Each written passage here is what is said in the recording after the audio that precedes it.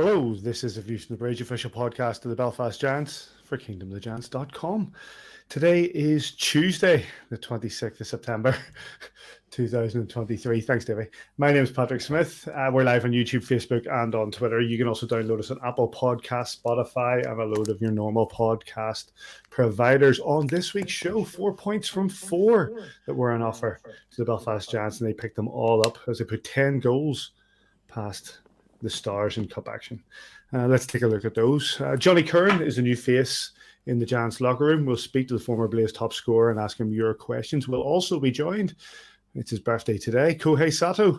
Didn't play at the weekend, but he isn't suspended from this show. He will be joining us very shortly. Simon's had a chat with Quinn, Preston and Adam Keefe down at training. We'll have a little bit of a look around the league to see how the season has opened. And ahead of the visit to Glasgow, we'll be joined by a new head coach of the clan, Jason Morgan. Mr. McGimsey, you keeping well? Good evening, Patrick. I'm not too bad. The hearing came back after last week. Remember, I had no hearing. Oh, yeah. It came back. It came back. Bad now, but came back the next morning, woke up, could hear again. It was all good. You a bit of wax? Is that what it was? No. A bit of wax for it? No? Never find anything anyway, but... Fair enough. Say, how you doing, mate? I'm okay, Patrick. I can hear fine. Good. Good to see you. I saw you briefly at the weekend, but and I thought my favourite co-commentator did a great job in Marty. Oh, do you know what? I actually forgot to say to him, it was funny. Marty, he said to me, Davey, you were listening in on Friday night, weren't you? Of course. He says, Davey's my second favourite commentator, second favourite guy on A View from the Bridge.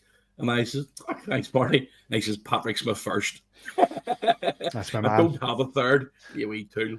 I have to apologise to him. I sort of was like, flying out the door, and I sort of gave him a big pat in the back, said, I've got to go, but good to see you. So I'll catch up with him again soon. With that in mind, Andrew Dixon's my second favourite Belfast Giants commentator now, so... you got scissors back, mate. That's good. You know That's who number good. one is, Simon. Darth Martin. Keep on forgetting. James Johnson. Right, gents, that's my number one down there. Before we get stuck into the games, there was a bit of news that happened before the games took place. And first of all, sadly, Elijah Bariga has been sidelined for the season through a serious injury that will require surgery. Listen, he had a great season at Dundee, so much so that the Belfast Giants are only happy, through Jeff Mason, his coach there, to bring him over here. For that to end tragically in this way for him and not be able to play says it's just, it's heartbreaking, really. Yeah, for sure. I mean, we keep forgetting. I mean, like these players that come in here, he's only 26 years of age. It's his first major injury that he's had. It's only his second year pro. So it is, it's for him himself. It's absolutely devastating. It's, it's a bad injury. It's going to take him quite a while to come back from the conversations that we've had with him. He's going to, give it his all. He's had a scan already. He's seen a specialist, and things are progressing really nicely. So hopefully, I know his brother's coming over. I think it's the 4th or 5th of October for a few weeks. So that'll keep him company while he's getting back on his feet again. But he's one of the nicest kids we've had around the team in a long, long time. Just no airs and graces about him. Just gets on what he was doing. And in the first 3 weeks that I've seen him here, I realized, to be honest, I don't think I realized last year how good a player he actually is when I was watching him playing for Dundee, because it's not really, we only see him, probably 6 or 7 times. And during that 6 or 7 times, I only watched their highlights the week before we actually played him. But he is a really, really good player. And hopefully we can get something done to get him back next year. Steve and Adam are chatting with him. Hopefully, the time comes, he gets back to fitness and he gets back again. You know what? If he can get back for the end of the season, that'd be absolutely fantastic. But we'll wait and see where we'll come to. But really, really good lad. Unfortunately for him that he's picked up the injury, and hopefully he works his tail off to get back ASAP. Davey, a few words from you before we move on. Listen, just wish him really well. I suppose to an extent, Simon, he might have a little bit of Josh Roach to bounce off just about the process of going through somewhat of a similar injury. You could tell when it happened that it wasn't it wasn't going to be a good outcome. You just know, Davey. I mean, you're watching games, and obviously in the arena, you were watching on TV. You just know when a guy's hurt. Hockey players aren't like footballers that don't lie down unless they're hurt. And you just knew straight away that the kid was in pain. So, no, you're absolutely right. We obviously on the following podcast, not trying to hide any news, but the scans and the results and all weren't out, but we knew it wasn't going to be good, and it was not our place to put that information in the public domain. But unfortunately, it's a season ender. I'm not going to say it's a test of character, but it's going to be a difficult winter rehabbing a lot of times on your own, late nights in the gym, early mornings gym, doing a lot of this stuff on your own, and it's a test of what you've got upstairs. And I think this guy will pass with absolute flying colours, and you know what? Let's not say we'll not see him in a Belfast Giants jersey, and just wish him all the very best in his recovery. I've spoke to Simon about a couple of ideas. We'll bat them about later on in the season, but just for now, rest, get ready for whatever's coming down the road here, and just wish you all the very, very best coming back. Here. We do wish him so well in coming back, and hopefully his surgery goes well. Johnny Curran has come in centre, last season's top scorer for the Coventry Blaze. He spent 3 seasons there, and he joined. It was immediately into action. Just played 10 minutes on Friday night, but we'll speak to him later on, and we'll have a bit more chat about that. Okay, let's look at the games that took place this weekend, and we'll start with that 4-1 win on Friday at home, the first Challenge Cup game of the season for the Belfast Giants against the Dundee Stars. 4 goals for the Belfast Giants come from Cooper, Nazarian Long and Quinn Preston. Johnny Walker was the only scorer for the Dundee Stars. In nets, Tyler Bescarowani faced 15 shots, conceded 1 goal. The other side, Kevin Carr, 44 shots, 3 goals, and Andy Dalton and Vitas Lukasiewicz. I'd never say that right. It's not bad. Lukasiewicz were your 2 referees. Slowish start, Davy, in a game that was, I don't want to say it was nondescript. I enjoyed it. I was there and I enjoyed it, but it was, it sort of pottered along at times. I'm not sure slow to start is as far as both teams went at it to start and they're feeling each other out more than either were slow as such. There was opportunities, some great goaltending at both ends of the ice, kept the score level, going in that second period. I think once we got 1 behind Carr and the game had to open up a wee bit, maybe even the second more so on the power play, when at that stage Dundee have to become a little bit more expansive. They're out of the game. If they don't, then the ice tilted, and I think we really took control of the game at that stage. So I don't think it's fair to say, well, maybe Simon will completely disagree with you. I don't think it was a particularly slow start. I think it was cagey.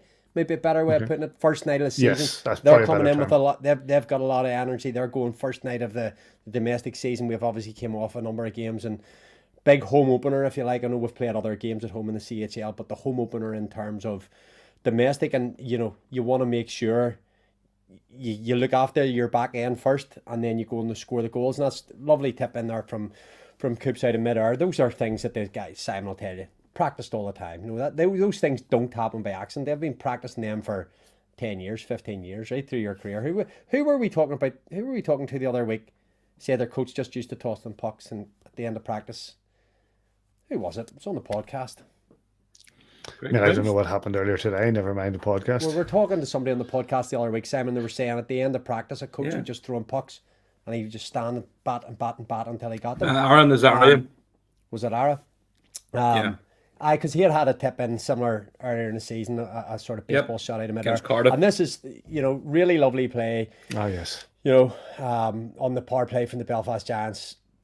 That's not it. That's the one longer comes in at the right-hand point and slaps the sort of... And he had 2 or 3 of those, and I think he said in an interview, you says, I don't know if the interview's coming up, Paddy, but they talked about a pre-scout and Kevin Carr, about how aggressive a goalie he is tips of his skater out in the top of the blue paint. So if you can get him out at the top of the blue paint and then shoot that pass across the Royal Road, then you've hopefully got a couple of empty nets, which was the case on the Saturday night. But I thought once we got, especially the second goal in the power play, as I said, I thought the ice tilted and we were able to go on. There's the pass there, bang, bang, back door, boom, as you do. And, I think we went on and won the game fairly comfortably from that position. We earned the right to go and win that game. I think that's what happened through the first sort of 30 minutes of the game. Yeah, I think we grew into it, and certainly I thought in the third period we more or less not sat back a bit, but we definitely controlled the game in the third period. 15 shots on Tyler Beskorowany. We'll come to, I know that Saturday's game against Dundee had its own sort of restriction, and we really held it off in the second and third period. We'll come to that, but the whole 15 shots to Dundee is a good way to start this. Yeah, defensively, we looked strong, and I just thought that the start of the game on Saturday, I know I don't want to spend too much time on it. There was opportunities at both ends. Carr played really well on Friday night. The score could have been much, much more. I thought we had a lot of chances which we didn't execute on. This is a really good goal by Dryden Dow, throwing it out front, and a good follow-up from the guy, Johnny Walker. But, when you look at 4 Giants around the net there, Beskorowany, you could have threw a blanket over Adam, wouldn't have been happy with that, because guys were just puck watching, and to cough that one up to get it back to 2-1 right at the end of the second period was, it can give teams life. And I just thought when we started the third period, I thought we controlled it. I don't think they had very many chances at all. I know they're at a power play. I think they had a power play on one chance, but I don't think they had too many glaring opportunities. And Besco did what he had to do to make sure that we won the game. And there was a couple of there was a couple of guys that really stood out for me. Quinn Preston, I've said it from the first time he came in, but I've seen him at the start of the season. This kid's unreal. He really is. I genuinely think he's going to be one of the best players in the league this year. And that combination with Nazarian, Preston, and Princey combines really well. Kieran Long was really good on Friday night, and I said that after the game. I thought it was probably one of the best games he's played for Belfast since he came in here. Performance. Yeah, absolutely. I thought it was thoroughly deserved. And even at the chance, it was a great finish for that goal. But just after that, he tried to set up Matt McLeod right in front of the net, and Matt just didn't read it. Didn't have a stick on the ice. And again, we'll talk about there could be more goals. But the bottom line is, look, Dundee are going to beat teams this year. It's important to get off to a really good start. The history books isn't going to turn around and say, Davey does the stats, obviously, but it's not going to turn around and say, it was just a really slow start to the game, blah, blah, blah, blah, blah. And the Giants won 4-1. That's what it's going to say. It's going to be 4-1 score now. So it doesn't matter how you win them. But the bottom line is you got the 2 points and you got the job done. Absolutely. Highlights of this game, as you can see, are from our good friends at Belfast Giants TV. Let's move on, gents, and have a look at the game that took place the very next night. We went over to Tayside to Dundee Ice Arena to face the Dundee Stars once more. And despite maybe you'll agree with me, it was a slow start in this case, Davey, but it's a slow start. Giants did run out 6-2. Rinaldi and Harms were the 2 goals for the Dundee Stars, and an immediate timeout from a very visibly angry Adam Keefe. Well, it only took less of 16 seconds before, following that timeout, before Aaron Nazarian made it 2-1. It's a 2-1 game. We're playing great. Ben Lake got a power play goal. Jacob Friend, Quinn Preston scored 2, and Daniel Tedesco rounded out the 6-2 win. 17 shots in Tyler Beskorowany, 2 goals scored. Kevin Carr, the other side, 27 shots, 6 goals against. And I haven't checked who the referees were. Let's have a look. The referees were Toby Craig and Graham Roger. There you go. The tracking. What was our expected goals for this? Well, there you go. 2.3 expected goals against 1.58. Says after what was 2 quick goals from the Dundee Stars, less than just a minute and a half between them. The Giants had to respond. They responded quickly. I would like to go back, and I don't know if Davey's got the stats, but I would like to see how many shots they actually had before we took the timeout. Because I know that in the second and third period, we absolutely dominated them. They had 5 shots in the last 40 minutes. We just took over the game after Adam called timeout. You see how visibly annoyed he was with the start. There it is there. And anybody that would have been sitting behind him on that bench up in the crowd would have heard exactly what he's saying, because it's a really tight arena. It obviously, it obviously made the impact that it did, because we came out and scored within 16 seconds. Aaron Nazarian again getting another goal for the weekend. It's Dundee are very, very physical. That big lad McKay He certainly is a big unit, and so Sean Allen, they like throwing their body about. But I fancy our chances against them this year. If they're just going to, keep on trying to hit us, we'll just need to skate around them, and that's exactly what they ended up doing on Saturday evening. Really dominant performance after the first 6 minutes. Just took over the game. Scored some nice, good goals again. Quinn Preston got a couple off them. He stripped a guy of the puck. Did you see I think I sent a wee clip to you there on the WhatsApp group where he danced in between Sean Allen and another. Sean Allen ended up hitting his own player. Yeah, the kids nearly scored the nearly hat-trick goal with that. It was an absolute beauty of a move. The kid's unreal. But again, he can't do that without his teammates and them doing what they're doing as well. Besco didn't have anything to do, obviously, in the last 40 minutes. So it's important that, again, when we I don't like saying that we haven't really clicked yet, and 6 goals is it's a really good amount of goals to score and win the game. We're going to pump a life out of somebody at some point. I said this last year as well. We came out and scored 9 against Cardiff. Who's going to get the slipper? Somebody is going to get it. And we are going to absolutely hammer some team. Again, coughing up a goal, 2 goals to start the game against a better team in this league. That's what you need to basically work on. Game management, I thought Adam, again, controlled, did a great job of the timeout. Really, really crucial time. And ultimately, we went on and absolutely dominated them. You were saying about Sean Allen says, and Johnny Walker as well. Davey throwing themselves about, but as he says, this Dundee team do have a bit of physicality to them, as a lot of teams seem to this season. Yeah, and Coach Mark Lefebvre talked about their physicality, especially with an upcoming trip to Manchester this weekend, doubleheader against Manchester, probably one home, and saying that they'll not be daunted going into Manchester because they are a physical team, and everything happens a wee bit quicker down there. In terms of those guys you mentioned there, Alan and Johnny Walker, obviously that little agitating. I can't remember whether it was you and Marty talking about it on Giants TV on Friday night, Simon, about, I think it might have been Gareth Martin saying, he's the kind of guy you'd love on your team. You hate him when he's against you. And somebody tried to compare him to Darrell Lloyd and got told, no, Darrell Lloyd's much tougher. But that was me, but I don't know if he is. I mean, Loiter just left out the keeper, in fairness. Johnny Walker. Loiter had his one and only fight as a Belfast Giant against the Dundee Stars, as it goes. Just as there's a bit of a boring stat for you, but thanks, in a playoff game, no less, in Dundee. I don't know how I remember this stuff, but anyway, it mightn't even be true. Somebody can fact check that and tell me whether it's true or not. But it just something springs to mind. I was telling you, Simon, getting to do one of the guys that helped us with the stats last year. Did a bit of analysis that I've had to do because they're not doing it anymore. It's really interesting, and it's about ozone, D-zone, neutral zone and stuff. And you talk about so they had 12 shots in the first period. I don't know how it ties up before the timeout and afterwards, but after that, 2 shots in the second period, 3 shots in third. But we do that by controlling the neutral zone, by laying sticks in the neutral zone. We force them to dump it in and go and try and turn it over to get a shot. We don't let them get controlled entries into our zone. So we control. If you can control those 3 zones and you can control face-offs, and then all of a sudden you've got the puck, and we talk about it on the podcast often, possessions 9/10 of the law. If you have that puck, they can't score, and if they can't score, this team of ours will score.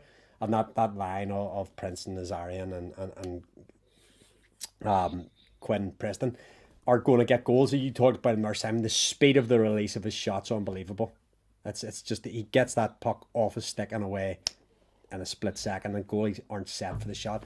So that line, I think you talked about it on the webcast on Friday night, that line's going to get goals this season if it can stay healthy and just keep gelling the way it's gelling. I thought a really strong performance. Adam Keefe talks about sleeping our way into performance, bust legs, all this good stuff. It did take us that wake-up call, that second goal. Could have been 3. Besco's came up with a couple of big saves as well. So could have been 4.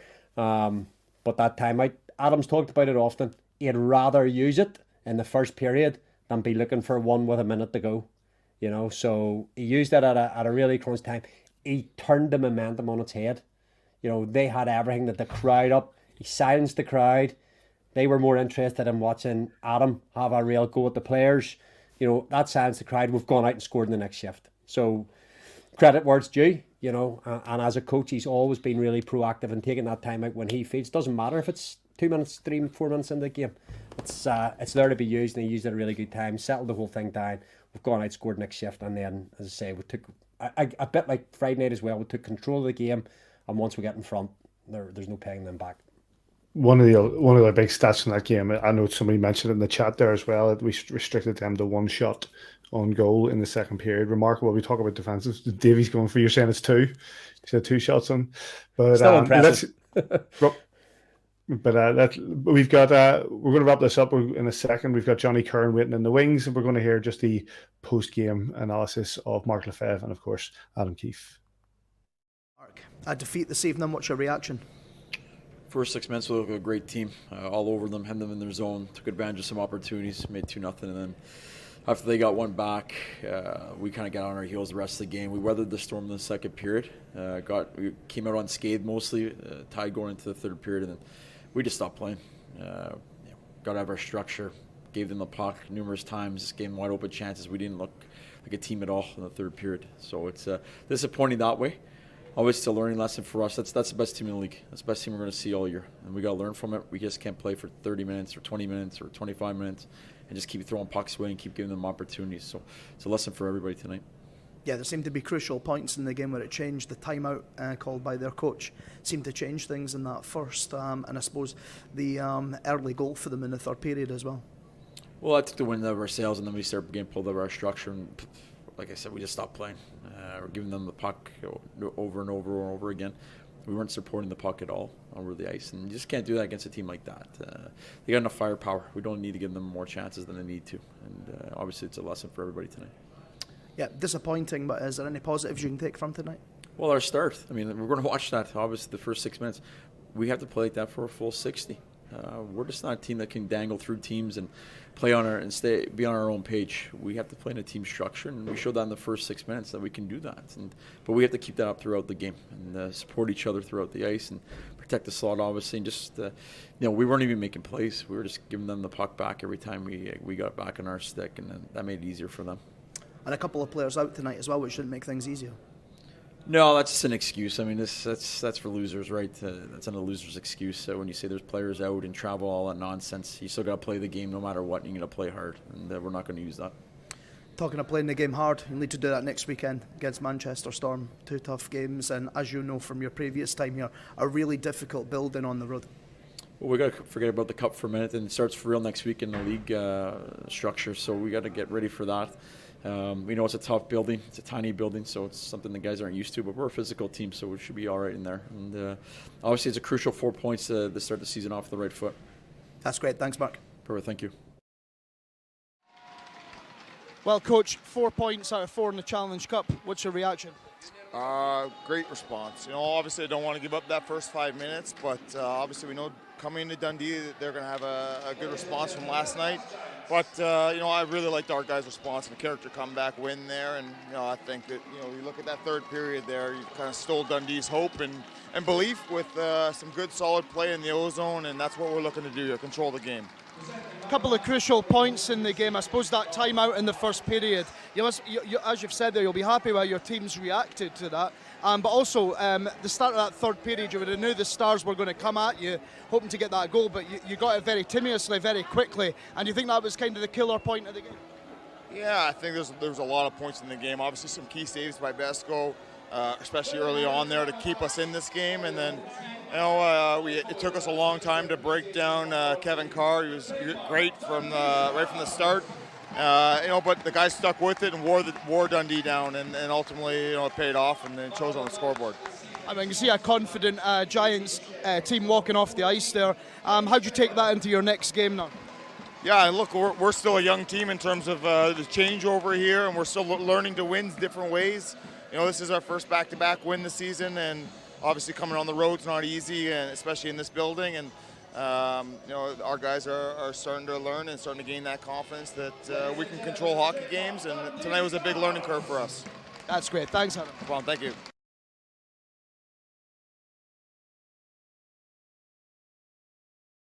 The highlights of that game are available from our good friends you see of Dundee Stars TV. You can get that in 4K now on on YouTube. It's quite very, very clear. Anyway, right, let's move on. We've got plenty coming. We've got loads of guys to chat to. Let's start with the new face on the roster for the Belfast Giants. That he arrived just a few days ago. And it's, of course, the former Coventry Blaze man, Johnny Curran. How you doing, mate? Hey, good. Thanks for having me. Thanks for joining us. Welcome to the Belfast Giants. How does this opportunity come about? Well, I think it's in my mind years in the making. I think I started off the summer kind of talking to different teams, but I went to a different path, tried to get to Slovakia or another league in Europe, and I spent some time there. I think about 5-6 weeks, and it kind of just fell apart there. Came home for about 4 days, and then Keefe called and put together that a deal that worked out great. Got a school opportunity, so I'm really excited for that. It's unfortunate the opportunity is there from Elijah going down, but it's part of the business, right? So overall, I'm really excited about being here. You came in and you're straight on the ice. How difficult is that? Obviously, you've skated over the summer. You were trying, as you say, you're in shape, you're ready to play. But to be dropped into a side like that and go, welcome to Belfast Giants, mate. You're playing straight away. How difficult is that? Getting dropped off from the airport, Simon brought me to the room, and Taffer said if I wanted to go on the ice, I could. So it was about 5 minutes in the room. And just dressed by myself and jumped on. And I didn't really do much, but it was good to kind of skate the jet lag off or try to. And then Friday, Kiefer just mixed me into the lineup a bit. I think it was about 10 minutes, but felt good for what I had to do. And then Saturday, I felt a lot better overall, but I don't think the time on ice was too crazy. So it was pretty doable. Kiefer managed the minutes really well. He got about 10 minutes. Oh, sorry, Paddy. Johnny, really nice to meet you. Welcome to Belfast, obviously. You've been here before with Coventry, etc. What's it like being in the home dressing room, seeing the slightly different setup that the boys have going here? Oh, it's slightly different is an understatement. They got all the works here. It's like a different league, and I'm sure they definitely take advantage of the budget you guys have here. Obviously the winning creates those opportunities. So it's really cool to see you guys put the money towards the players and like the players' recovery and taking care of us gear wise and everything, accommodation. So it's really great. Having said that, Coventry did what they could. I have no complaints there. I could talk hours about how great they treated us too, but it's definitely a different standard.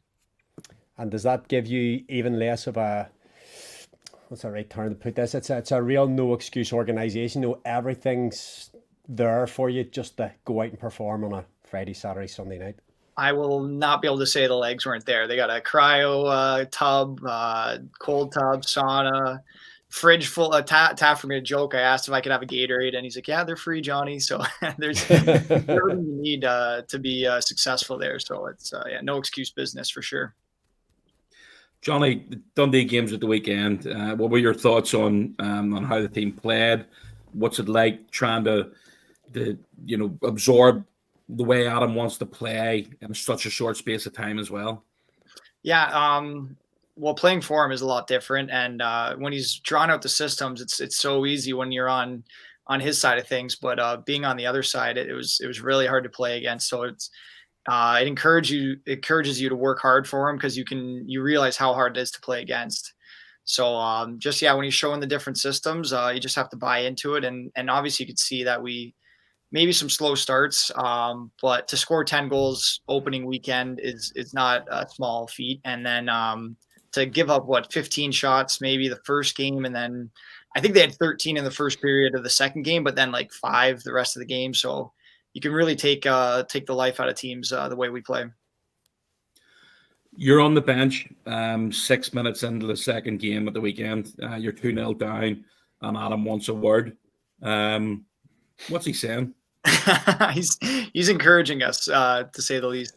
Believe it or not, I've seen those eyes just on a different guy in Dundee. I've seen that timeout that early. So credit to Dundee. They always start off well in their rink. I don't think they're as I don't know what the word would be, dynamic as years before. Like they used to spring and just go, and you could be down more than 2 that early. But Kiefer's eyes and expression really encouraged us to play better. And obviously Naz scoring the first shift, that really gave us a boost. And then Besco made some big saves to keep us in it. And then, we just slowly came back into the game.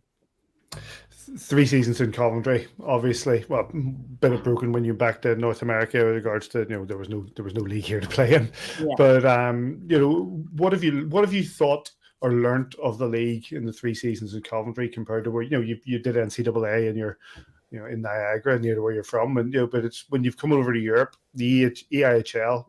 What do you think of it?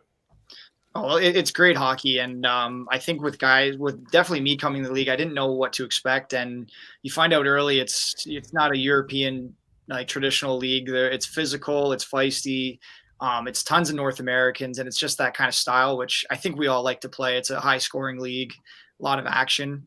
But I think you learn in Coventry, and I would assume Belfast too, that there's no easy games. And we saw it with our start in Dundee the second night. You can go down early, and say it's 3, you give Kevin Carr a 3-goal lead. That's a different game. So I think I learned there early, and guys are going to learn it here that every game's important, and every game's there's something on the line. If it's just to win at home for the home fans, or to get a cup advantage, or there's something. There's always something on the line for every game.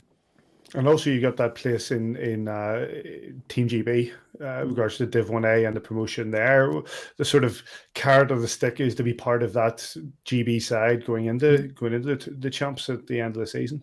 Yeah, absolutely. And I think that was a really big piece into coming back into the league. The schedule goes right into GB, so you're playing your best hockey with playoff hockey, and then right into that opportunity to play for GB, which is great.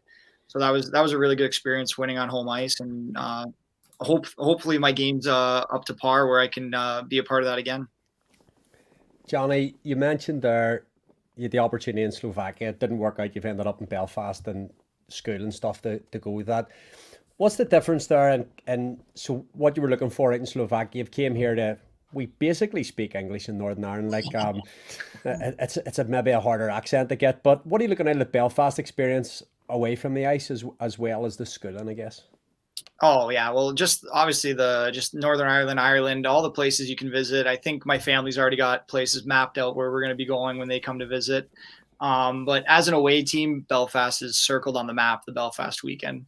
So I'm sure being here every day now, we'll have to uncircle the map and pick our spots when we can drink, because I'm sure there's every night there's live music and something. So it's definitely a special town, and it's, in my opinion, it's the place to be in this league for on and off the ice for sure. Fantastic. So how's prep going for this weekend? Obviously the game against the Clan and a trip over to Kirkcaldy. Yeah, so I got the first experience at the practice ice, and they got a good setup there for us. Taft's got a great setup.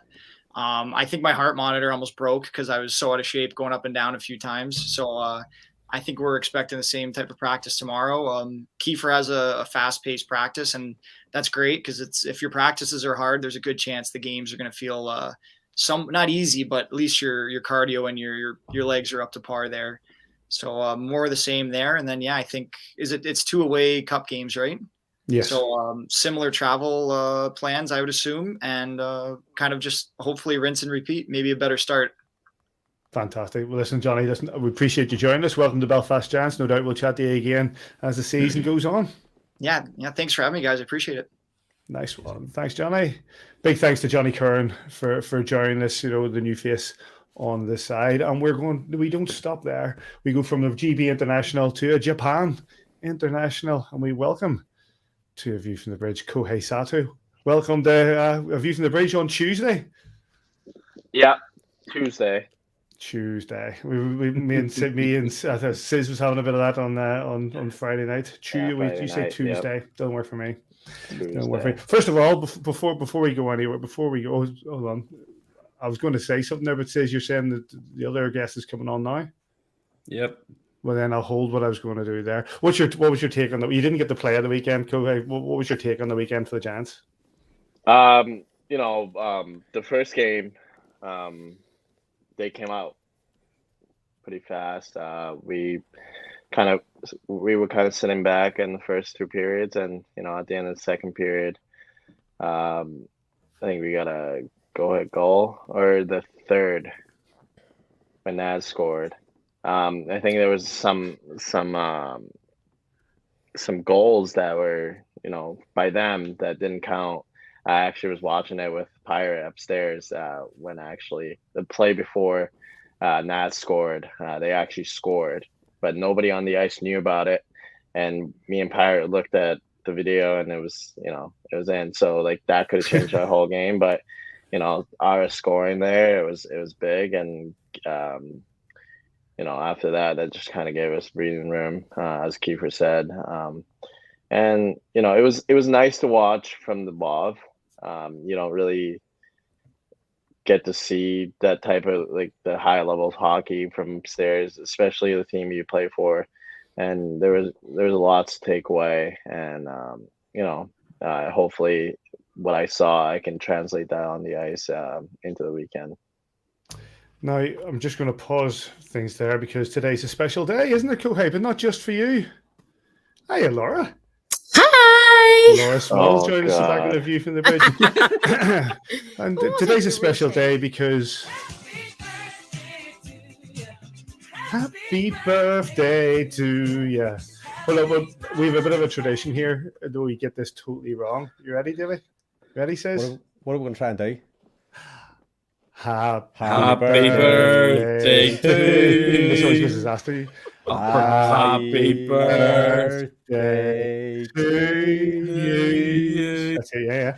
Happy birthday, dear Laura and Kohei. Listen, you're murdering this, boys. Happy birthday to you. That was something special, gents. Listen, I don't think that was any better than lovely. that. It's Even like though a we were delay practicing between that here all the and- way before the show. Between Manchester, I only Bristol, heard- and Belfast, it's just a delay. It's awful. Yeah. No, I only heard Davy, Kitchy. I don't know. Brilliant. You need to bring your game up. Laura, this was only a flying visit for you. Very happy birthday. But before you do go, how did it go at the weekend with regards to the organ donation? Yes, it went really well. Lots of people asking questions, lots of people getting involved. Still would like to do the stem cell signing up and testing on the bridge, which hopefully we'll do around organ donation discussion day, which is mid-December. Fantastic. So Well, listen, we Just appreciate one you more joining thing. us. If briefly, go on.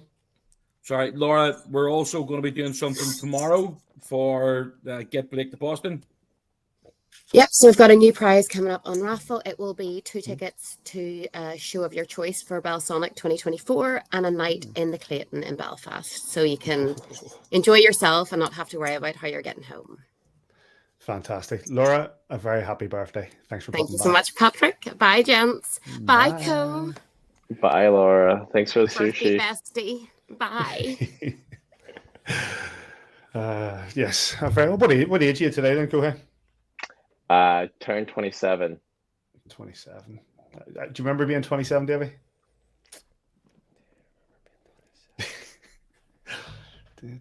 How many 20 years odd ago? years Not ago. really. Not really. So So that's- right while ago, like that's the it Giants now. were just a baby then, so they were. They still That's had. true. We could start waxing lyrical about the old days. It was all Right. better back then, but it's brilliant now. So I've got to just Carry go. on, Davey. I'm really sorry for what I'm about to do. I'm sorry, right? Just up front. Konbawa, Kohei Sato. Oh, that was Tanjo really good. Beometo. Oh, wow. Thank you. Genkideska? Genki this.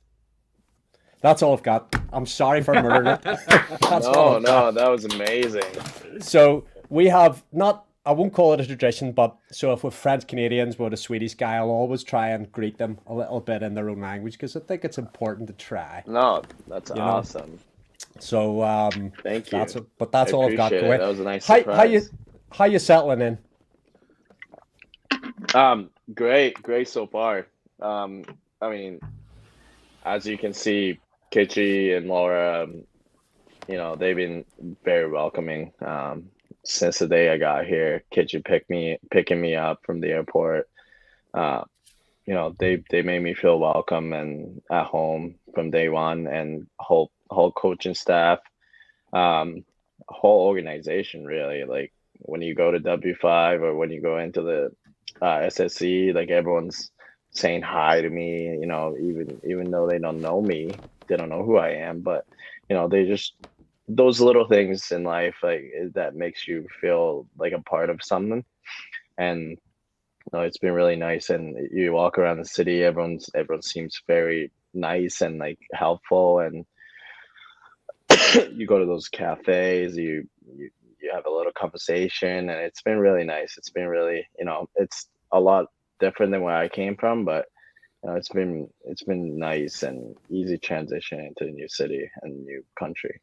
So I've been asking all the guys that have come on. So what about 3, 4, 5 weeks in the season? So we've had Aaron and some of the boys on about, and you've teed the question up nicely there about happiness away from the rink, away from your day job of being a hockey player.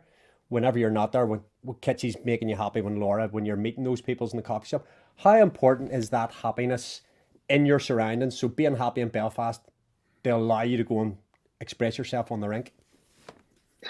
I think it's very important because you meet those people and you tell them about yourself, and and they're like, oh, maybe I'll come watch the game, and then that translates into us being, we gotta show the fans and the people that come pay to watch us play what they came here for, right? Like, you work hard in practice for those moments, and ultimately, like, we want the fans to come back, and we love the crowd in Belfast. It's it's really been amazing. So I think those happiness outside of hockey is really not only like bringing them into the rink, but like I think it's important for us as individual, our mental health and all that. Sometimes playing a sport and being away from home, being away from your family, it could take a toll on you. So, finding that little happiness and all that, that definitely translates to being a good hockey player or an athlete, human being on the ice, just showing the fans that what they came here for. So have you been pleasantly surprised by the numbers that have came through the door for the games? Because I'm sure when you got there and you're practicing in that empty building, it looks big. How are we going to fill this up? And you come to game night and it's every night's been packed.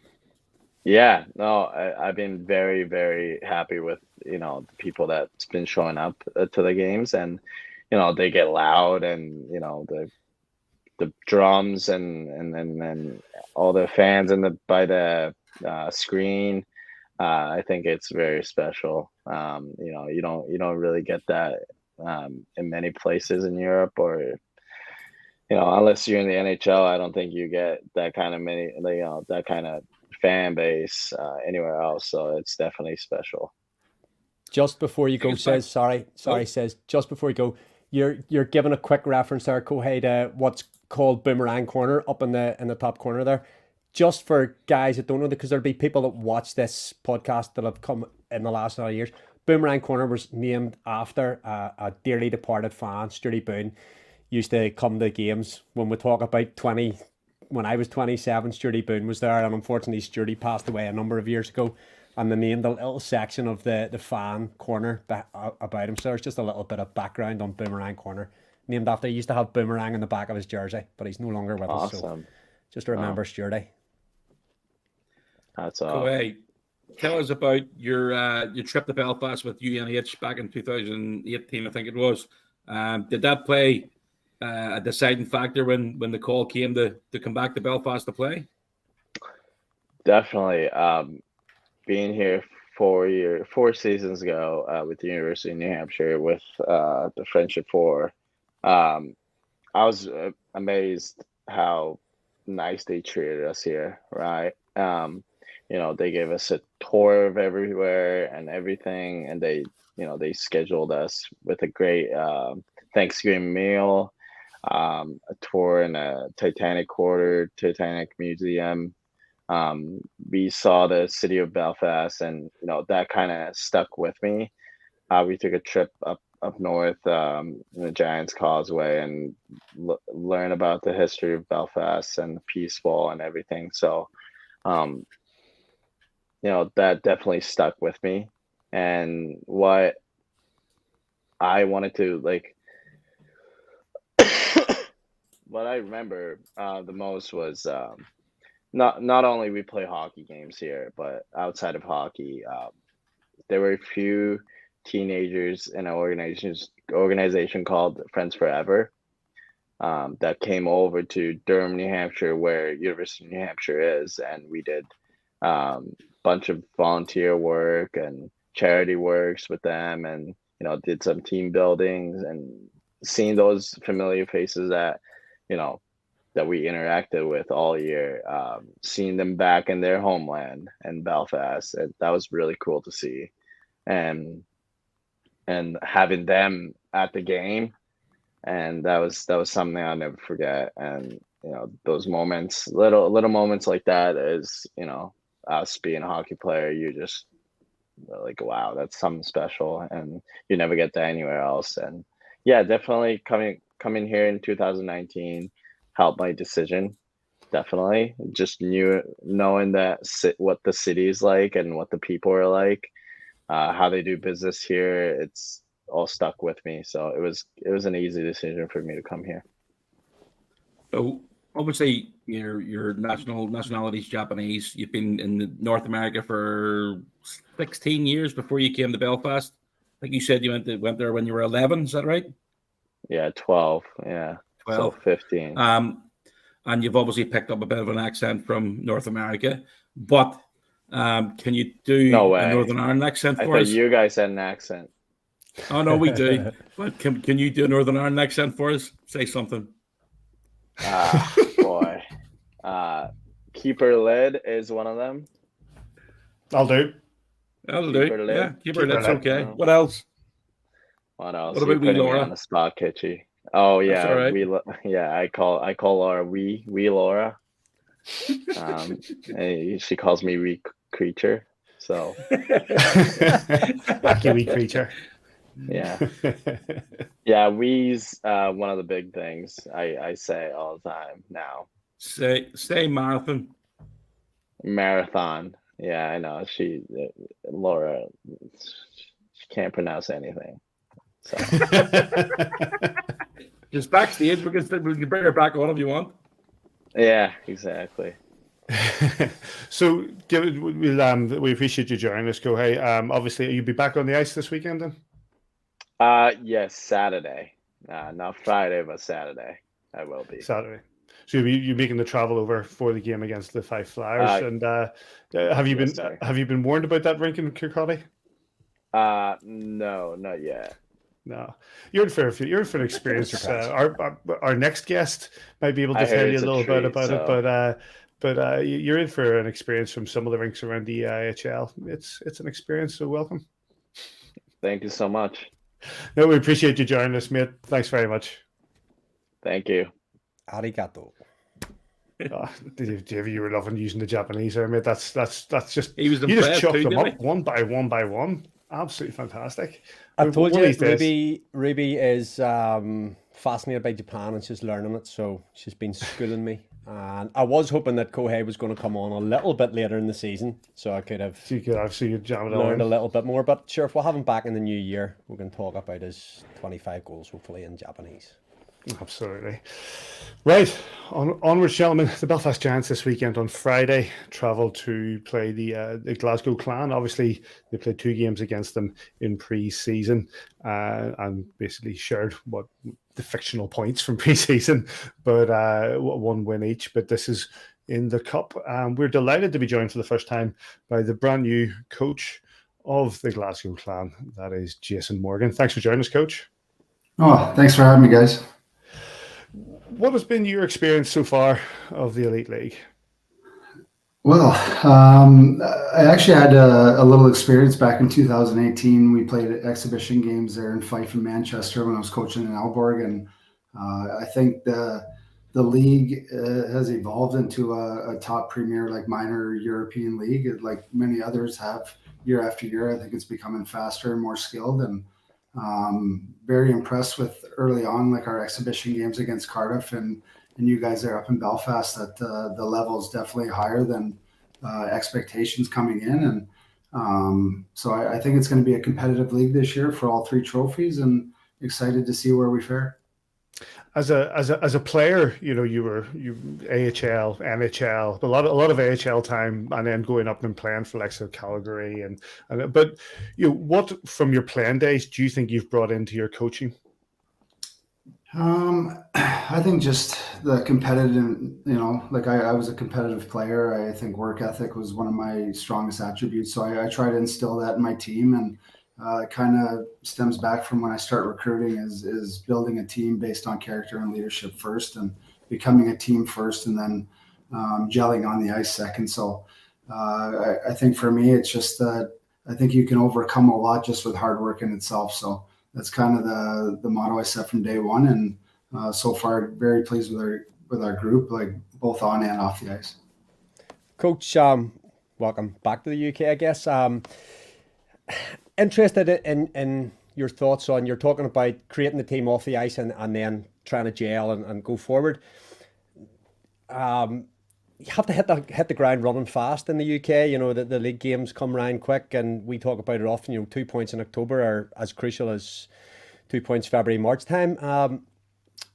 How's that going to be different for you now when you're trying to gel this new team and results have to come right off the back of that? Yeah, well, I kind of felt that, like, just from coming in kind of later into training camp, like only having 5 days, and then we're hitting 2 exhibition games there up in Cardiff, and then I think they started a week and a half or 2 weeks before us and had some exhibition games under their belt, and then obviously the back-to-back there with Belfast. So I've heard that about the league. Obviously, the league title's most coveted trophy, and so I've tried to just kind of break down the season into smaller, short-term segments, and where it keeps us motivated to hit our short-term goals. And like you mentioned, like you can't, win a championship in October, November, but you can definitely lose it. So, but I think that's exciting for the players too. I know some of the guys coming over from North America the first time experiencing this format. It's a little bit different where you kind of build towards the playoffs, but I've sent that message over and over again that every game is equally as important. So that's kind of how we prepare. And how do you see, I guess, is there an element of your role that this is a longer term project as well? Glasgow over a number of years has had a bit of turmoil on and off the ice. There's got to be a bit of a settling down as well of the franchise, just to bed in new ideas, get roots set, and take off again into the future as well.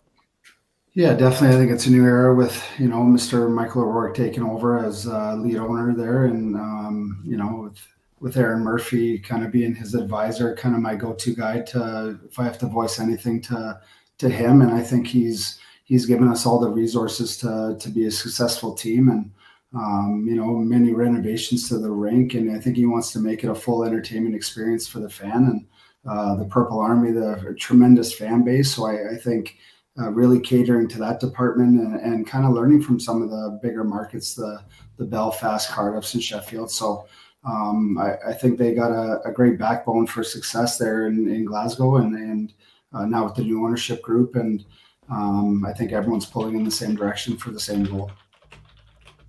Coach, you look through your resume of where you've been so far, and from your coaching standpoint, obviously Hungary, Poland, Romania, Denmark as well, and you're coming into an English-speaking country. Well, I'll use that loosely because it is Glasgow. But how are you finding the communication side of things with regards to speaking English instead of potentially having a translator? Yeah, no, it's kind of funny you bring that up, because it's so funny, like going into grocery stores, there's so many times like, oh, excuse me, do you speak English? And now, being an English speaking country again, it's kind of nice. But I mean, I was born in Newfoundland, so I have many relatives from Newfoundland, so sometimes they can be tough to understand as well. So I'm kind of used to it. Your games at the weekend against Fife, they looked. We watched I watched the highlights anyway. They looked a couple of competitive games. Obviously, you got the win on Saturday, and not getting the result going your way on Sunday. But how did things look from your perspective? Yeah, I think in all our games so far, like through exhibition and the 2 Challenge Cup games, there's positives in all of them. And I know Fife, it's a tough rink to go into, and I think that was our first game day where the routine was off. We had won at home, the night before, and We didn't have the guys come in until the late afternoon for a video session, and then travel on the bus to Fife, and then obviously a lot of new guys to the league and Europe itself, and so I think we started a little flat, just our puck management, but I thought we settled into the game okay, and then I think it was that penalty shot goal that kind of deflated, the wind out of our sails, and we were unable to come back in the game. But no, they played hard at home, and it was kind of a different team than we faced the night before. But definitely positives to take out of both games. I thought the second game, obviously, it's tough when you're killing 8 minor penalties. So it is what it is, and we learn from every game, win or lose. One of the statistics that jumps out from that game in Fife is the amount of shots that went on Carolina, nearly 70 shots. You take that away, and obviously it's a real sort of defensive learning point for you going into next weekend. Yeah, I think a lot of the shots stems from the amount of power plays. I mean, good power plays are going to produce a lot of scoring chances, a lot of shots on net, and they were able to do that. So I think every game so far, like I said, like from the first game against Cardiff to the second, I thought we improved. From the first game against Belfast exhibition to the second, we improved, and you take the positives out of each game and keep building. So how do you approach this game? How do you approach this game on Friday? Well, I mean, Belfast, a high caliber club. They, obviously well coached, and they have a lot of depth. So they, I thought it was a real competitive game up there in Belfast, our last meeting, and I expect no different Friday here at home. So we just treat every game as one game and prepare to win. So we'll see the outcome after the game. Coach, we really appreciate your time. Between you and Aaron Murphy, there's a real Newfoundland power base in the Glasgow clan now. So no doubt it's the heritage being brought into that club, a real new era for that. We really appreciate your time. And go on, Sis, you want to say something? How are you finding Murph's Irish accent? You're better than ours. He brings it out. He brings it out every now and then. No, he's a good guy, and I appreciate everything he's done for me and the family, getting settled. And like I said, he's my go-to guy through the team, myself, any needs, and the new ownership. So he's been a great help, not only recruiting but day-to-day operations. So yeah. Oh, you're on mute, Davy. You're on mute, Davy. Amateur mistake. Go on. Go, Davy. Sorry, I'd muted there because the kids were shouting. Just when you're talking about Murph and yourself being Newfoundland, a number of years ago now, Paddy, what must it be? Would it be 10 years ago on the podcast? We started following the Gander Flyers. Yeah. Now I think the Flyers have gone sort of into like mothball. What's the situation with hockey in Newfoundland at the minute? That senior league that we used to follow seems to have really died a bit of a death, especially around since COVID. Yeah, I mean, senior hockey in Newfoundland, I think it was really big back. I know my father played senior hockey back for the St. John's Caps, and it was really competitive back then. I think with technology now and the scouting, I think scouting now has gone global, and with the internet and stuff like that, there was a lot of really good hockey players. I think that probably went unnoticed, probably in a lot of places, throughout the world, and Newfoundland definitely one of them. So, but it definitely was a fairly big league and physical, a lot probably like the UK league 10 years ago. We had a couple of guys. We had Pete Campbell. Pete Campbell came here and tore it up in Belfast, scored points for fun, and then ended up playing for Gander. Somebody else from Belfast went to Gander. Somebody else went that way from my head. I can't remember who it was. But it was. But you still got boys from the elite league going straight to it after. But you've also got also in St. John's, obviously the Growlers came in, hit the ground absolutely running, and brought success to that town.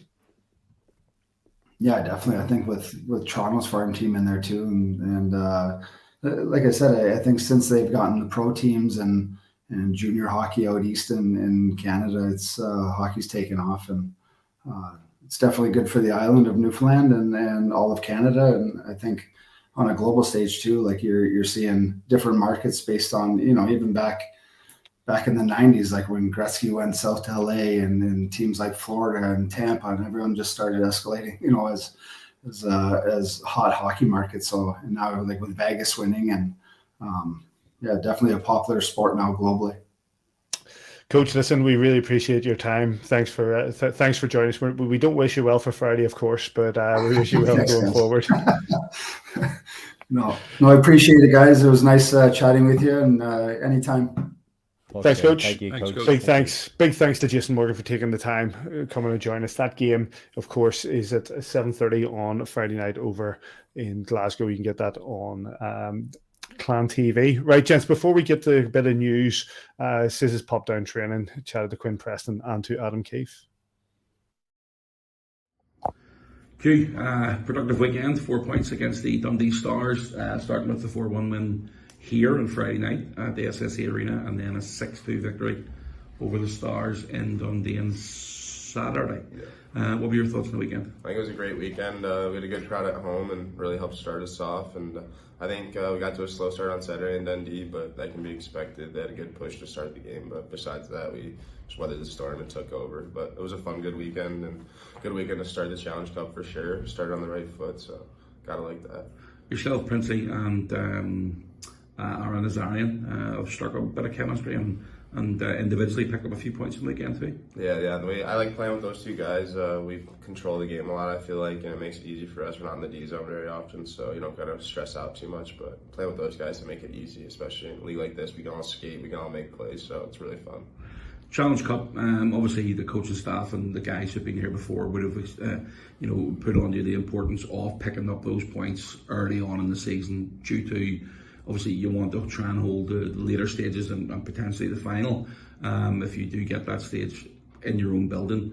I think the way that showed and picking up those 4 points at the weekend was really important. Yeah, it was definitely important, and they definitely put the emphasis on how it can help us at the end of the year. And I just think right now we're just trying to win every game. So as it is, we're going to take every game in the same way and be ready for every game. But I think we just started on the right foot, and we got to keep going that way. Every game's got to be important, and just keep it for all the rest of the 7.5 months, 8 months we're here, and just no big deal. Yeah, just keep doing that. You've got a day of recovery today, back on the ice tomorrow, and then looking forward to a doubleheader away. Well, actually not a doubleheader, but away to Fife and away to Glasgow. Yeah, we got a big week ahead of us, so guys are just trying to get dialed back in right now before we get back on the ice. So make sure we're feeling good, so we can have a good week of practice. And obviously 2 new buildings we haven't been to this year, so looking forward to that. It's always fun to play in front of a new crowd, and obviously playing on the road is always a challenge, so we're ready for it, I think. Cheers, Keith. Thank you, mate. Yep. Adam, 4-point weekend. You've been looking some consistency back to Challenge Cup action, and you managed to pick up 2 wins. What's your thoughts on the 2 games against Dundee? Yeah, I thought the first game I thought was pretty even for portions of it, and I thought over the course of that game we took over at home here, and it was nice to get the 2 points there. The big challenge was always going to be going to Dundee, ferry trip over there, then a bus trip. Tough place to play in, and we knew that they were going to come out hard, and they did, and we were kind of still sleeping into that game. But once we had a little bit of a wake-up call, with them getting 2 pretty quickly, and they also could have got a 3rd one in there. I thought our guys handled the response very well, and it was a great learning curve for our group. So to get out of there with the 6-2 win, ultimately very pleased with that effort. And as I said, we're still learning to win in all sorts of ways here, and we just want to eliminate as much stress as we can game to game. And so obviously, if you turn up slow like that, you're going to put some stress on the team. You say you sort of explained that as a wake-up call. We've seen the footage on Dundee Stars TV of the timeout conversation, and I don't think you were trying to organise Christmas cards. That was your wake-up call?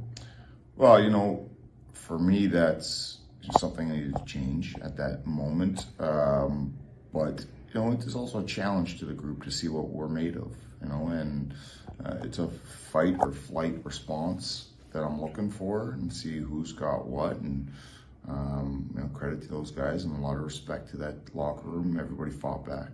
There was nobody hiding, nobody pouting. It was a fight back mentality. So that's good news for us. 6 unanswered goals. They finished the win 6-2 in Dundee on Saturday evening.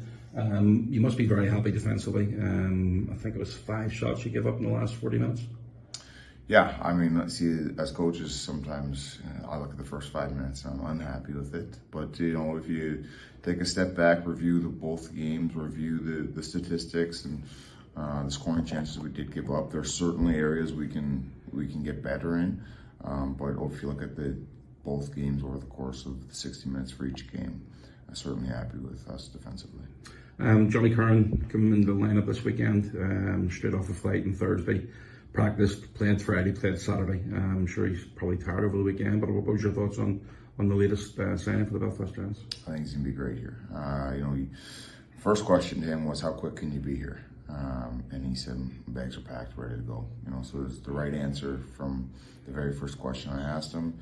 The second question was asked by Taff when he landed, I think fresh from Dublin. You dropped him off and asked him if he wanted to join practice, and yes, he's a gamer. He wants to be a good teammate. He wants to add value all over the ice whenever he can. He just wants to help the team win, and you can always use players like that. And he's only going to get better and better here. Obviously, we're straight off of planes, rushed into practice, not a whole lot of sleep, and then rushed into 2 games. And so he's going to get better and better here as we go. But very pleased with the addition of Johnny.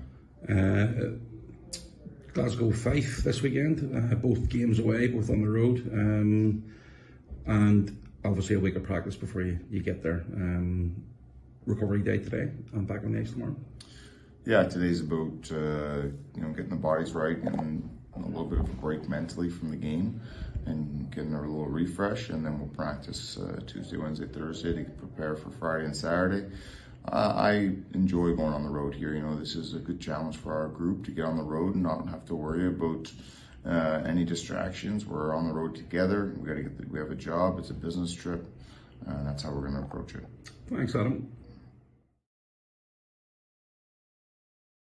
Big thanks to Adam Keefe and Quinn Preston. News time, boys. It's back. Dops.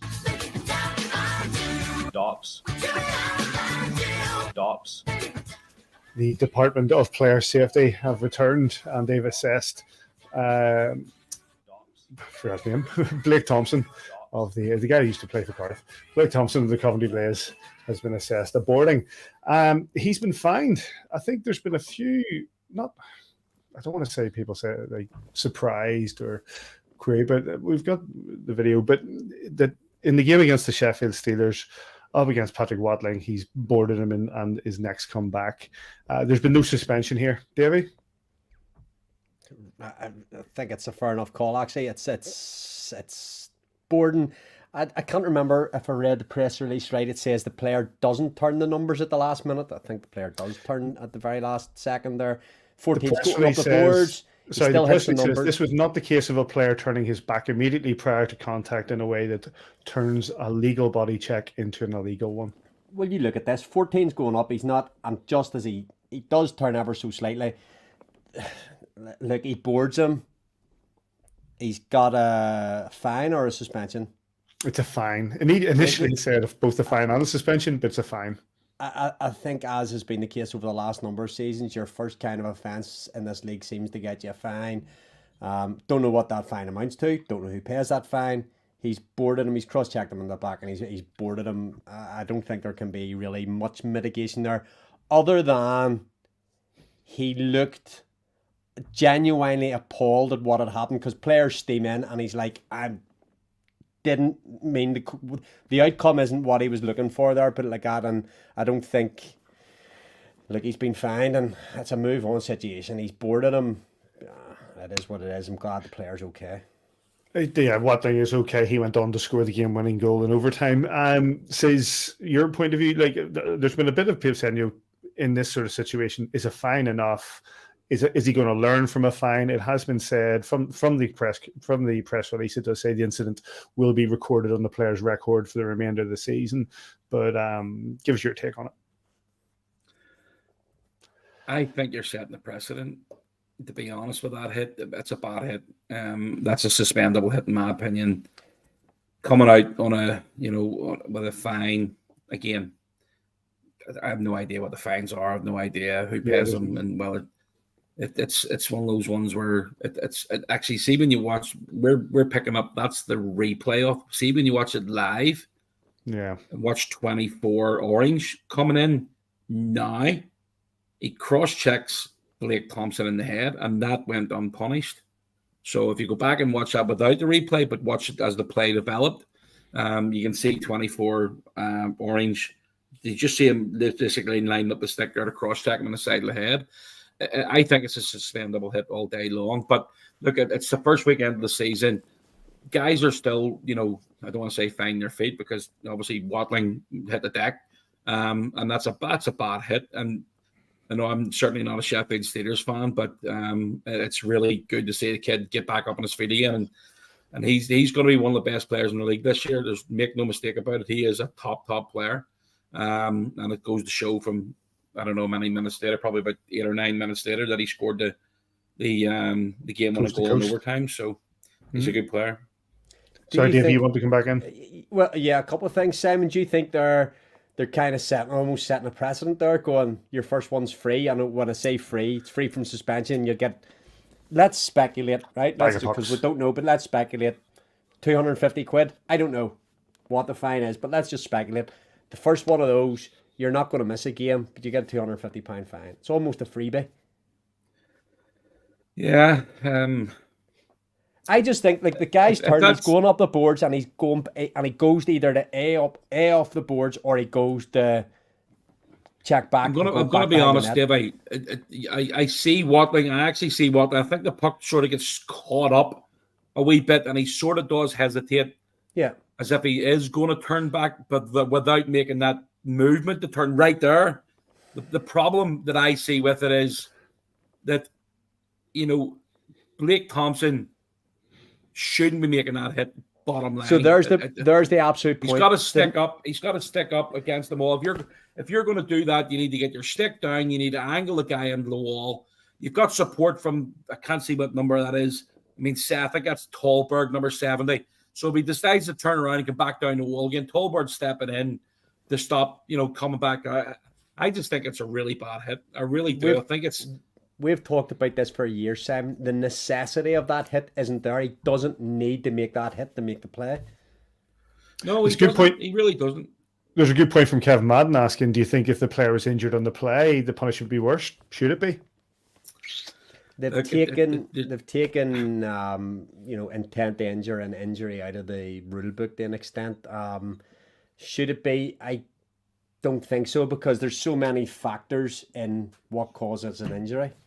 Yeah. It's just, I don't think so, but I can understand the question and agree with it to an extent. It's just very difficult to say that should be the case. What do you do? Yeah, I just think it's a bad hit, and it's sort of, you know what? There's guys are going to get suspended for less than that this year, and that's the challenge. I'm going to try him. It's the numbers, you know what I mean? He's hit him in the back in numbers. He put him straight into the boards like that. What are you looking for, Davey? Are you looking for the turn? Just looking for the kind of point of no return at which he decides that where's the... I'll try and play this. We don't want to bore people, especially ones listening on a podcast without the video. But if we can just wait that this comes back here one more time on the next replay, the more zoomed in one. Just think at that point he makes the decision to go and make the check, it's more side on, and it is a very, very, at this point, just about there, he's decided at that point, I'm going to make this hit, and to me, those numbers are there at that stage. He has to bail out of that, right. Simon. He has to bail out of that. The other thing about it is, he's pushing off though, Davey. Sorry, just to say, you can see he's pushing off at that point. Like, you can say he has to bail out, but the momentum's there. Yeah, he's made the decision at that point to make the hit. While Watling still looks like he's going up the board. At this stage, Watling then puts the brakes on with the left leg and does recoil back that direction towards the net and makes it a much more bang on. But it makes it worse. It makes it worse looking because Watling cannot protect himself. He's got both hands on the stick. The first thing to hit the wall is his head, his face.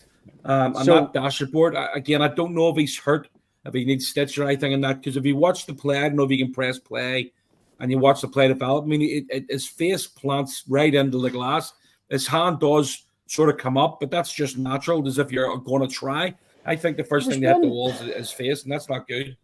Was there one quite like Adam Belfast a couple of weeks ago? Was it Ben Lake got put into the boards and didn't really get his hands? Went just down around against Glasgow, Davy. Yeah, it was against Glasgow as well. Yeah, but again, similar kind of thing. And what responsibility has Watling in that? We talk about the responsibility of the person making the hit, and sometimes the responsibility of players to put themselves not to put themselves in a vulnerable position either. Is there any responsibility on Watling at all? In that position, no. I think it's all Thompson. No? Watling's he's a really skilled player, and you literally just see, he's got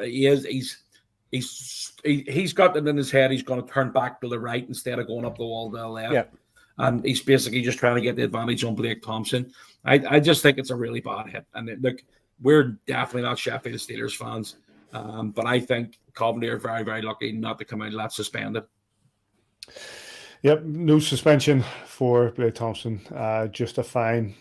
No idea what that fine is. We never will, but we'll see. It's the only thing from Dops thus far. In other news, I'll see if I can bring up what I had prepared. It's that one. Bit of a surprise from the Manchester Storm.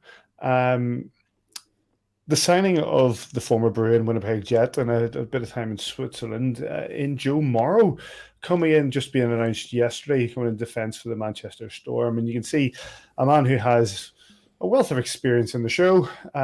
His career has sort of taken him into Europe, and now he finds himself in Altrincham. Were you surprised, Simon? No, not really, to be honest. I mean, there's a lot of players around there looking jobs, and you know what? It might be a contact that Ginner knows, or it might be a contact that Ryan Finnerty knows, or a player that within the room. And he just said, you know what? Yeah, I'm looking looking something different to come in and do, and still play hockey. I think I've got something left in me. I mean, the guy's played in the show. I don't know what his numbers are, and you don't get the NHL if you're a bad player. So, will he be a great addition to their lineup? Yeah, I'd say he probably will do. Do you think I'm at least going to look forward to playing in Manchester? No, I really don't. But it's it's Manchester. I don't really care what to do or what to get on with. We'll basically concentrate on our team and let them concentrate on theirs. I still prefer our lineup to theirs. The thing is, Davey, you sign a player like this, it can be a game changer. Like in regards to Manchester Storm, it probably, with all due respect to them, it's not going to bring them into sort of title battles, but it could be the difference between the playoffs and no playoffs. Yeah, let's be careful what we say here. Coach Finnerty will be watching. Hi, Coach. Aaron Kernan said about 10 or 12 years ago in this podcast, there's a reason why players are here. And it could be as straightforward as he could be getting a good school deal. He could be mates with Ginner. He could be mates, as Simon said, with somebody in the room. There's a reason why he's in Manchester. But he's in Manchester and he's here to play hockey. And, he comes with a good resume. He comes with a strong CV. He'll take a lot of handling. And as you said, I don't know why. Maybe they didn't give him a picture of the Manchester Arena before he turned. Maybe they gave him a picture of the G-Max. Said, this is the Manchester Arena. But whenever he turned up the silver plays, it was slightly different. But look, good luck to him. But it is what it is. I heard Matt Ginn say in an interview. That he overplays how bad the rink is, so that when the guys do turn up, it's like, actually, it's not as bad as you said. It's a good way to. I like Ginner. Really good guy. Good way to approach it. I remember commentating on a Challenge Cup game in Manchester. I think with you, Sis, on the radio for Downtown or something. FM. Downtown radio, yeah. And we couldn't even see through the plexiglass. It was that cold. It was like, yeah, it was cold. All right. Like, yeah. Was that the game? Is that the game where I turned up early to find television's Neil Coach Russell with a cloth trying to wipe down the plexi because it was just all steamed up. It's like, it's a Jackie Moon at work. Yeah. Couple other bits of news. What I'll do is I'll play the AHL goals of the week for people watching on YouTube, where they can see that while we're talking about it. The Storm themselves took a convincing win in Nottingham. They raced into a 3-0 lead at the NIC in the league, having lost their cup game back in Altrincham against the same team the night before. But to take that win for Nottingham, for the Storm to go into Nottingham and take that win 3-2 was a real boost for them as they start their league campaign. We said the Sheffield scraped an OT victory over the Blaze, and the Blaze went on to take a convincing thumping of Cardiff at home the following night. And as mentioned in our chat with Jason Morgan, the Clan had a bit of a thump in Kirkcaldy in the Cup, having beaten Kirkcaldy the night before at home. A bit of a back and forth, action-packed start to the season, Davy. Yep. And you know what? As I started asking that question, I thought to myself, Sis won't be bothered by this question, but Davy will give me something. He did. He said yes. Yeah, well, I can tell you. Yeah, I was watching the goals, to be quite honest with you, Father. I wasn't really listening. I was watching Daniel Tedesco just hitting the brakes. I was thinking Top Gun, hit the brakes, he'll fly right by, and he did. He hit the brakes, and his Dryden Die goes just skating on by, and he just holds it up and throws it past Cars. Really nice goal. I think it was a night left pass from Aaron Azarian, sets him free there. But yeah. Did you see the hit and the hit on that game there, the Manchester Nottingham game? I think a guy's called Ulet. Yes. He nailed Joshua Tetlow, and then they had a bit of a scrap afterwards as well. He's going to be a handful this year. Do you know what? I might even keep a wee eye on that Manchester Fife game this weekend. Manchester Glasgow game this weekend. There's that Watling goal. Are we seeing already a much more physical league this year, and we're only in the first week? Yeah, I think so. And do you know what? One thing the officials seem to letting things go. I don't know if that's going to last, but I don't know if they've had an instruction to let guys play. Again, you're always going to get calls that you don't agree with against your team, or I mean, anytime there's a call when I'm commentating, I always try and give my honest opinion, whether it's a call or not. And I did it on Friday night against Dundee. I think there was 2 occasions I didn't think were penalties against Dundee. But look, hopefully, again, that continues on the way it's going, and that the guys decide on the ice. But again, just reverting back a little bit to the bit there with a hit on Watling. It's things like that we are trying to eliminate from the game. And I just don't think you're going to eliminate it if you give a fine. That's probably the easiest way. I don't want to get into a shouting match with Dops because of the it's just not the right thing to do. But that's probably going to happen down the line. I know, but it's the first weekend of the season, so I'm trying to take it easy. And plus, you talk about Ryan Finnerty watching. I know Luke Fisher's watching. Hi, Luke. I mean, the other day they all come on our podcast. You know what I mean? The best podcast in the country. So we've had Glasgow on the day. It's look, it is what it is. I must get that thing you sent us, the Kiefer, the little sting that Kiefer sent. I'll put that into the podcast. I'll put it on Twitter. Right, Gents, 2 games this weekend. As we said, Clan against the Giants over in Braehead at 7:30 on Friday. You get that on Clan TV, and then we travel straight across the Kingdom of Fife to take on the Flyers in Kirkcaldy. And that's on Flyers TV with Laura and Bean, and that's 7:15 on Saturday. These cup games, Davey, your favorite part of the show. These cup games, I've heard debates about the Giants' place in this group and how we have a group that should be easier, but it's all chasing that top seed. So going into these 2 games against Clan and Fife, it all matters. Absolutely, and we've been fortunate enough in the last couple of years to go on and win the cup, and hosting the final. As we went for a number of years, we went to Cardiff, was 3 years in a row, through the snow and through the rain, and we made that trip, and we made that trip in the numbers that could make it there, and we were fortunate enough to come away once with a win, or was it twice with a win? Twice with a win. Twice. We beat Cardiff and we beat Guildford, and then we've came back to Belfast and we've beat Cardiff and Fife in the final last year. Really important. That hosting that final is massive, and it all starts in the first 2 weeks, because if you lose these games, you're not hosting it, because somebody else in one of those other groups will go either undefeated or get 90% or whatever. So it's so important. These games are crucial. You spoke to Mark Cooper a couple of weeks ago, wants to win this cup, wants to be the captain that hoists that trophy. And it all starts now. And he'll be telling those guys that have came in now how important these games are this weekend. Can't take nights off. Can't take nights off. There's no dead rubbers anymore in this league. Cannot take nights off. So, as TV's Neil Coach Ross, best foot, forward foot, and throw, blah, blah, blah. All the cliches. It's got to be done. Kohei talked about it. Johnny Curran talked about it, about the speed and pace and intensity that these guys train at. Because when they put a leg over the board to go on the ice, that's what Adam Keefe's expecting for them every single shift. Go out there for your 40 seconds and just empty the tank, get back on the bench and recharge your batteries, and you'll be going again. So, they're getting themselves fit. This week of practice is absolutely crucial. Johnny's talking about it earlier there. He's expecting more of the same. Nearly blew a heart monitor up today. He's expecting more of the same tomorrow. I'd love to hear that. Yep. Says we talked to Jason Morgan earlier, but quickly on Fife, a bit of a new era there as well, with Tom Coolan taking over from Dout.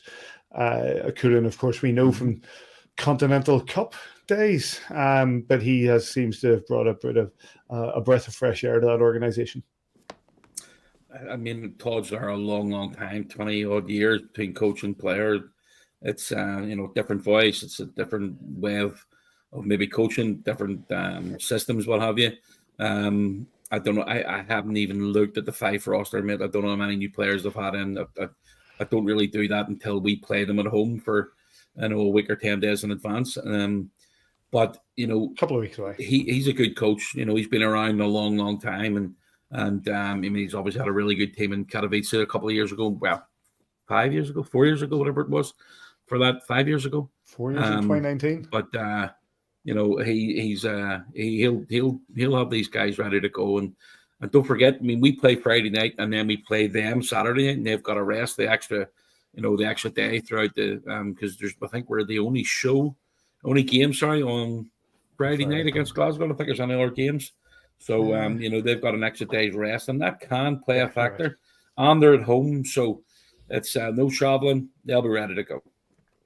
The games, Clan against Giants in Braehead. Join Craig or Aaron. So that our old friend Murph was commentating the other day. Join Craig on Clan TV, 7:30 Friday, or if you're not heading over to Braehead Arena. And the Flyers against the Giants, Saturday at 7:15 over in Fife. And join Flyers TV with Laura and Bean there. Any other business, boys? I don't know. Nothing for me, mate. Nothing? That's a simple one. Nice one. Who was Davy? It was who did Darryl Lloyd fight? Off the top of my head, Paddy. Yes. That was Dundee. Jeff Hutchins. It was Dundee. Jeff Hutchins. Is that who it was? That's good. Can somebody go away and check that? We're going to check that, and somebody can back this on Twitter. Big thanks to Johnny Curran, Kohei Sato, Jason Morgan, Adam Keefe, Quinn, Preston, and of course, happy birthday to Laura Small. Big thanks to you, Sis, for the interviews, and to yourself. Anything to say about that? That's absolutely disgusted by that, Jeff Baum. That's a big no from me. Cut him off. Behave yourself, go USA Mr. Baum. Ryder Cup Roma. Listen, I'm a huge Ryder Cup fan. I'm looking forward to this weekend massively. And, Team UK. Go Europe. Team UK. Go Europe. I'll be sitting in Mallorca watching it. Oh, you're off? I go to Mallorca on Friday. Yeah, Friday morning. Taking over 4 away games for the Belfast Giants, and Sis is have to, man. Have to. It's been a long summer. Remember what your uncle Baz Luhrmann said? Wear sunscreen. I have pasty white skin, mate. I have to. Have a good time, mate. Enjoy the sunshine. I'm going to see if I can get Marty to come and join us next week. Oh, that'd be good. That'll be his 2 favourites. Me too. Absolutely, that'd be yes. They say Clan v Giants Friday 7:30, Flash v Giants Saturday 7:15. Big thanks, gents. Thanks for cutting the video, Davey. Thanks for getting the interview, Sis. Big thanks to everybody who joined us at AVFTB on Twitter. You can get us on Facebook, Apple Podcasts, Spotify, kingdomofthegiants.com, all the usual sort of spots. And gents, good to see you. Enjoy your holiday, Sis. And wherever you are this weekend, we hope you enjoy your holiday. And we'll catch you here next time on A View from the Bridge.